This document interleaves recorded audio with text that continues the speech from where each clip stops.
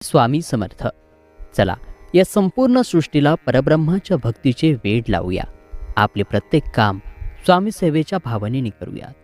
श्री स्वामी समर्थांच्या दिव्य कथा. अक्कलकोट दरबारात स्वामी महाराज मानवाला घडवण्याचे कार्य करत होते. स्वामी गुरु आहेत आणि श्री गुरु हे आपल्या शिष्यांमध्ये असलेले अज्ञान दुर्गुणाला मिटवतात.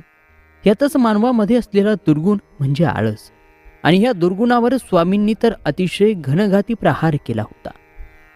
त्या दिवशी असाच एक आळशी मनुष्य स्वामींच्या दरबारात आला आणि आपली इच्छा व्यक्त करू लागला. तोच स्वामी महाराज अतिशय क्रोधित झाले. स्वामींचा चेहरा क्रोधाने लालबुंद झाला आणि त्यांच्याकडे बघून 3-4 वेळा मोठ्याने बोलले, आळशी लोकांचे तोंड पाहू नये. स्वामी भक्त हो, स्वामींचे हे क्रोधायमान रूप बघून त्या व्यक्तीच्या सर्वांगाला कापरे सुरू झाले.